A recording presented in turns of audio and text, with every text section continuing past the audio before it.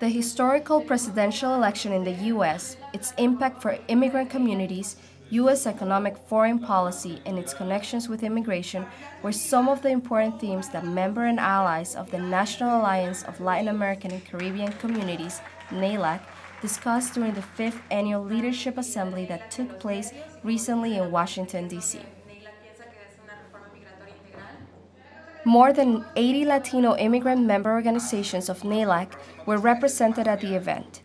And the main purpose of this gathering was, number one, to analyze the changing landscape, especially in as far as understanding the meaning of the financial crisis that we are just getting into and the potential recession that may follow.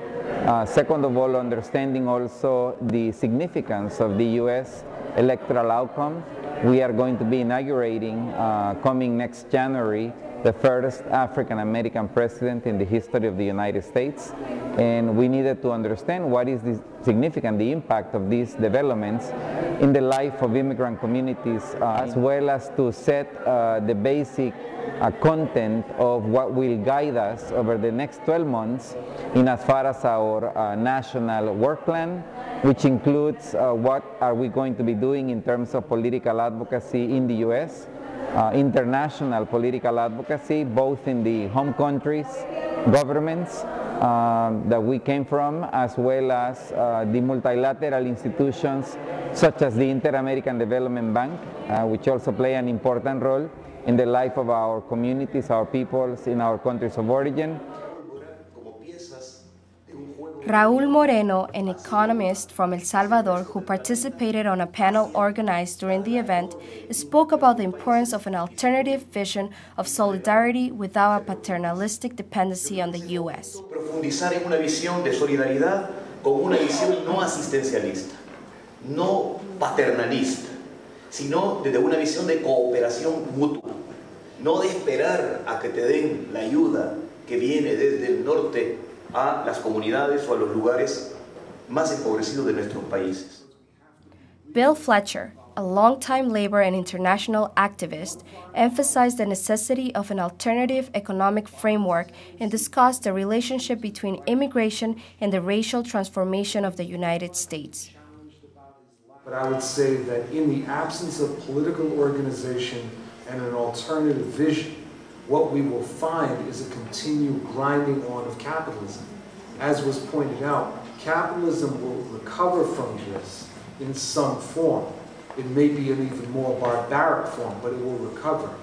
The only way to bring this in for a landing is to bring about a complete alternative economic framework and with the political organization and mobilization that would make that possible. I do not think that we will win on immigration in the United States, except in insofar as we talk about U.S. foreign policy. I think that if we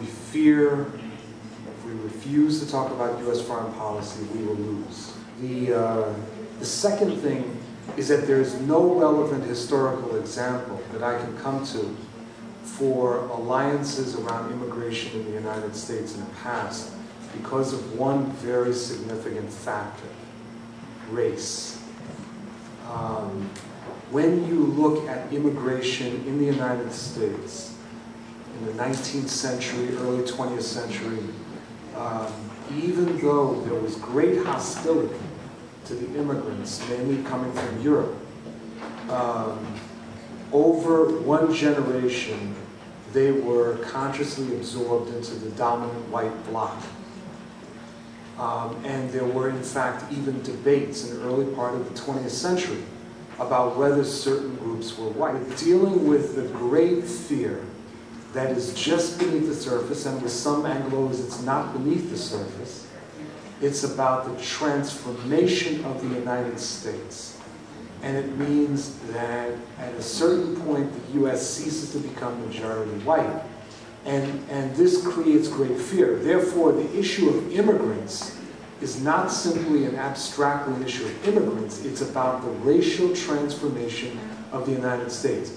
We've got to be honest about this. This is not simply about human rights, dignity, and everything else. This is about the racial transformation of the center of a global empire. NALACC seeks to build transnational leadership capacity and increase immigrant civic participation so that immigrants can advocate effectively for public policies that address the root causes of migration, as well as addressing the challenges faced by immigrants in the United States.